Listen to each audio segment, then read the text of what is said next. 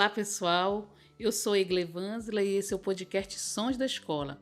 Um lugar de mundo de vivências das escolas, com os professores, professoras, contar um pouco das experiências dos sujeitos escolares, né? O nosso podcast quer escutar, quer ouvir, quer conversar, quer trocar com os professores a partir de uma experiência de formação que é o projeto, um curso de especialização, projeto Oficina de Formação em Serviço, cuja formação é em gestão de projetos e formação docente. Eu estou conversando aqui com o Zevaldo Luiz Rodrigues de Souza, ele que é professor de História, atua na Escola Municipal Sara Barroso, mas fez a pós, continua fazendo lá no Semeja Samuel Benchimol. Atualmente tu atua no setor de informática da educação, né? Zevaldo, me conta, como foi essa tua escolha para se tornar um professor? O que te inspirou? Quem e o que te inspirou? Olá, professora Egle, e a todos aqui do podcast, muito obrigado pelo convite. Sejam todos bem-vindos aqui, espero que seja um momento muito especial. Bem, professora, eu confesso, logo no início, lá nos meus 15 anos, eu não queria ser professor. Mas aí, na escola, morei no interior da Bahia, lá na época só tinha a opção de escolher, era magistério, administração e contabilidade. Quando surgiu a oportunidade para que eu pudesse escolher, foi fechado os cursos de contabilidade e de administração e deixaram apenas os do magistério e eu acabei sendo forçado a fazer o curso de magistério. Eu tinha grandes referenciais, minha família eram todos professores. Até hoje, a minha família toda é de professores. Que legal! Mas assim, tá no DNA. No primeiro momento, tentou negar, mas não deu certo. No primeiro momento eu não quis, eu tentei escapar disso daí, da educação. Vim para Manaus até, morei aqui de 2001 a 2006, ainda não entrando na educação, mas lá atrás ainda, na minha formação do magistério, eu já tinha vivenciado as primeiras experiências. Quando eu retornei para a Bahia em 2006, aí sim eu resolvi me dedicar à educação. E a partir dali eu entrei na faculdade de História, comecei a dar aula de educação física na época, porque no interior, infelizmente, não tem todos os profissionais, sim, e a gente acaba assumindo essas responsabilidades. Então, como eu sempre gostei de informática, eu passei a atuar como professor de informática e professor de educação física, porque eu gostava dos esportes. Mas também comecei a fazer o curso de História. Minha mãe, ela foi uma grande incentivadora, uma pessoa que para mim era uma referência, professora de matemática, mas todas as perguntas que eu quisesse de todas as disciplinas, ela era polivalente, então era o Google em pessoa, então aquilo me inspirou muito. Acho que ela era Barça, acho que era do tempo da Barça também. Era do tempo da Barça, verdade, e tinha a coleção lá. Então aquilo me inspirava, e assim como eu tinha outros professores que também seguiam esse mesmo ritmo, essa mesma linha assim, de serem bem referência na minha cidade. Isso acabou me inspirando e quando eu comecei a atuar como professor, eu acabei me encontrando e hoje eu não me vejo fora da educação. Que legal!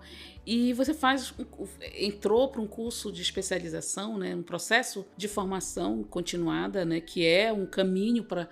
É uma das estratégias de qualificação docente, de profissionalização também, né? A gente faz uma graduação, mas não é o fim da nossa, né? Os estudos é para cima. O que você achou desse? Por que você decidiu fazer essa especialização e principalmente, que importância que ela teve?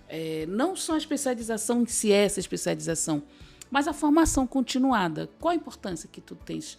Bem, para mim, formação continuada é tudo. Eu digo isso como exemplo, que em vários cursos que eu já venho fazendo de pós-graduação, eu sempre coloco esse tema como um estudo principal. Eu também sou formador de professores e atualmente inclusive amanhã estarei indo para Belém para fazer um curso, fazer uma formação com os gestores da Ilha do Marajó. Olha que massa! Então, para mim, a formação docente, ela é essencial nesse processo. E eu já fiz, antes mesmo de fazer essa especialização da UEA, eu já tinha feito uma especialização na UFAM de mídias em educação, já tinha feito outras duas no particular no IDAAN, de docência do ensino superior e de criação de startups. E também estou fazendo outras, sempre fazendo. Para mim, o processo de estudar é constante o tempo todo, eu não deixo de estudar sempre. quando eu vi o edital, eu gostaria de ressaltar isso aqui, porque quando eu vi o edital lá em 2000, eu estava no CEMEJA como coordenador de CTE e os professores reclamavam muito, porque o CEMEJA é uma escola polo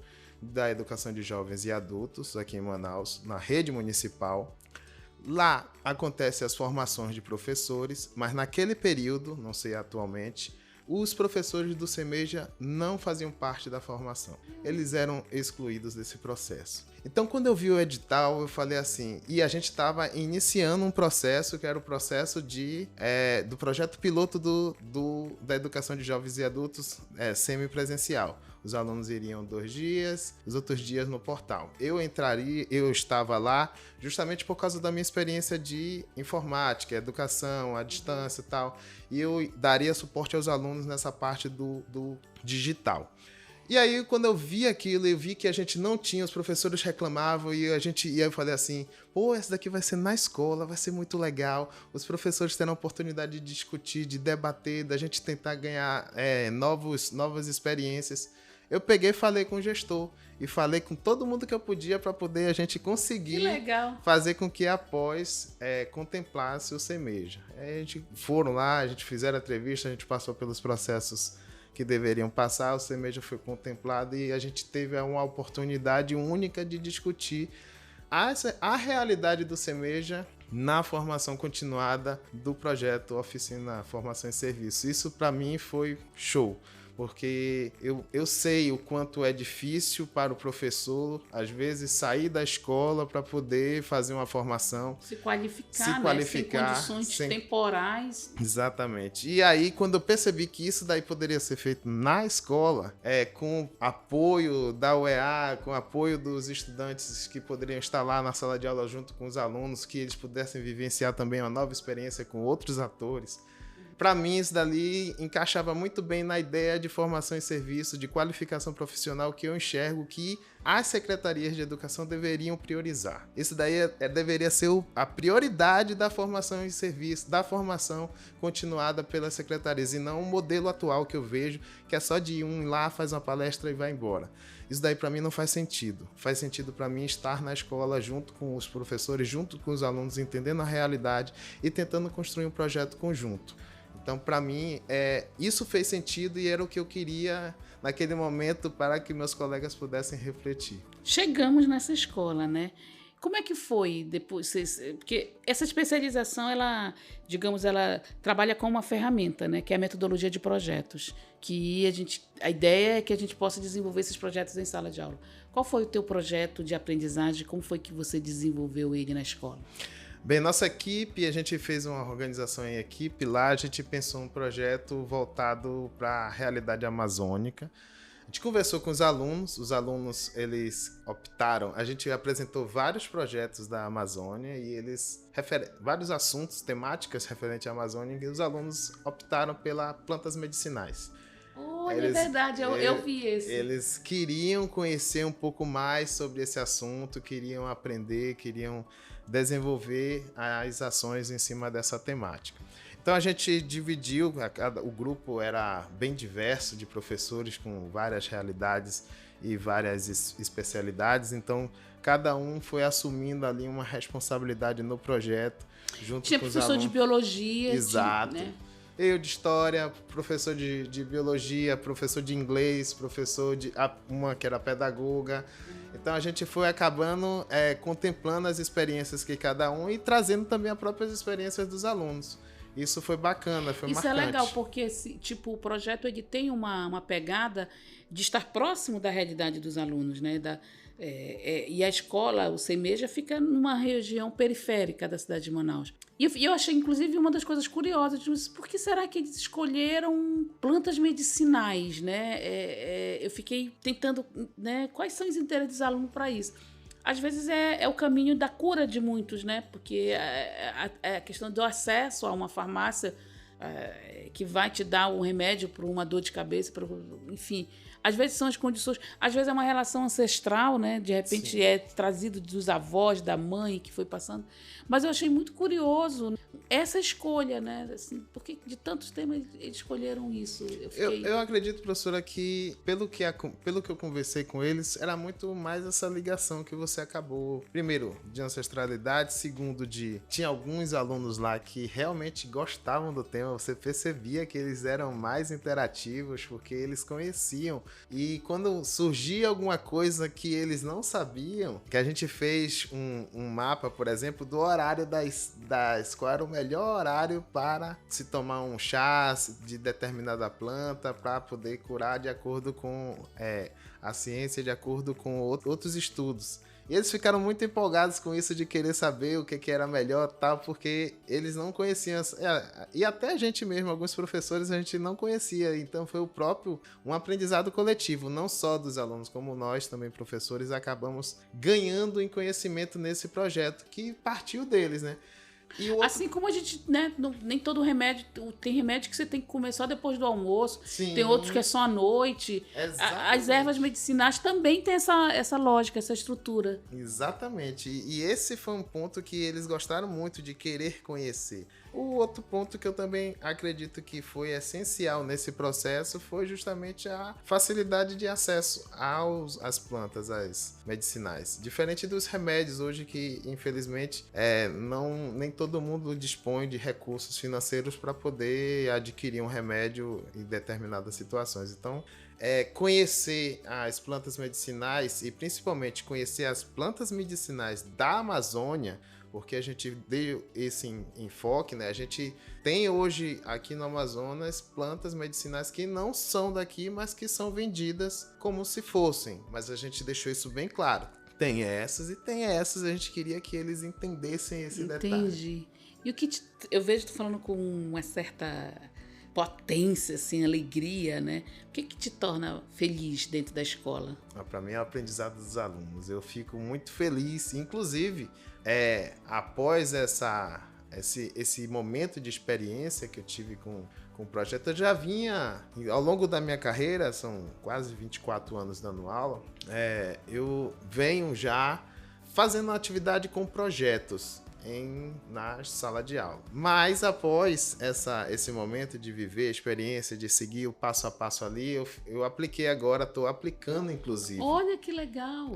Com alunos, eu estou dando aula doble carga, estou dando aula com alunos do 6º ano de geografia na escola Antônia Medeiros, desde o início do ano. E eu estou fazendo um projeto lá com eles, também de aliar comunidade e conhecimento da geografia. Então, a gente está fazendo um mapeamento das plantas e dos animais da região, para que eles conheçam quais são as plantas e os animais da região no bairro União da Vitória. E a partir disso, a gente está alinhando as ODS, o que precisa fazer, o que não, e os alinhamentos com relação às demais disciplinas. Então, eles estão construindo uma maquete gigante aqui, de 2x1, e nessa maquete eles vão inserir diversos pontos do bairro. Eles vão lá, fotografam os bairros, onde é que tem problemas ambientais, onde é que tem problemas sociais, para a gente discutir isso em sala de aula. E a gente vem trazendo, inclusive eles fizeram um questionário com as famílias do tipo IBGE. Eu pedi para que eles fossem recenseadores. E isso daí, para mim, independente disso, para mim o que me faz feliz na escola é ver os alunos crescendo, desenvolvendo e tendo essa alegria realmente em aprender, em querer saber mais. Quando eu chego na escola e eu vejo, e aí, professor, o que é que vai ter hoje? Hoje a gente vai jogar? Hoje a gente vai fazer uma atividade diferente? Hoje a gente vai estudar o quê? Para mim, isso daí é o que me motiva a querer continuar indo para a escola todos os dias e compartilhar dessa experiência com eles. Que bacana. E o que te deixa triste? Bem, o primeiro lugar, eu posso dizer assim, muitas coisas nos deixam tristes na escola, mas eu digo assim, em primeiro lugar é o descaso dos nossos governantes com a escola pública em si. A gente percebe que para eles só é algo como se tivesse a obrigatoriedade de se fazer, mas não se faz realmente com o sentido de fazer a comunidade e a própria sociedade crescer. Isso daí para mim me deixa mais triste. Segundo ponto, eu também percebo isso é muitas das vezes a forma como está organizado o sistema educacional. Hoje, infelizmente, a gente não tem uma escola democrática, onde o gestor da escola é eleito pela comunidade. Aqui no Amazonas eu não vejo isso. E também eu não vejo a motivação de muitos colegas professores. Então não adianta apenas eu, professor, chegar com alegria e movimentar os alunos se eu vejo se alguns colegas chegam na sala de aula. E aí, diversos motivos, independente, não estou aqui julgando-os, mas percebendo que existe uma realidade que precisa ser encarada. Uma realidade que pode ser porque o professor está doente, está precisando de apoio, uma realidade que o professor já não se sente... Carga horária tripla, o professor não se sente nem parte daquele processo. Às vezes o professor também não quer, ele apenas está professor e vai seguindo aquele ritmo. E aí você tem N realidades. Mas eu percebo que isso daí impacta, porque enquanto eu e outros professores tentam mobilizar a escola, a gente percebe que esses puxam para baixo. E aí é difícil, porque você vê um aluno com você de um jeito e com outro aluno, outro colega de outro jeito. E isso daí acaba impactando direto, porque você tem que ter o trabalho direto de você continuar a mesma. E assim, o trabalho de construção...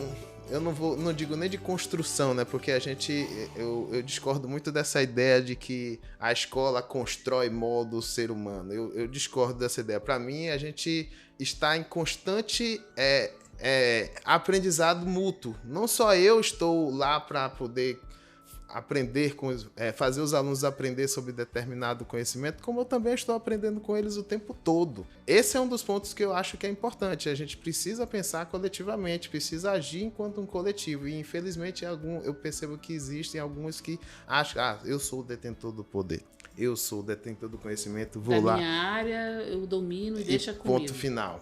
E esquece que existem outras realidades, outras opiniões, outras pessoas que... A tua área não é isolada, mesmo Exatamente. Que tu queira. Então, esse é um ponto. Mesmo. Então, acho que de alguma maneira tu já chegamos no final, que é perguntar para ti o teu sonho, né, para o futuro da educação. Eu acho que de alguma maneira tu já respondeu. Assim, mas eu acredito que eu gostaria muito, muito que a escola fosse viva, Ela é viva, na verdade, mas...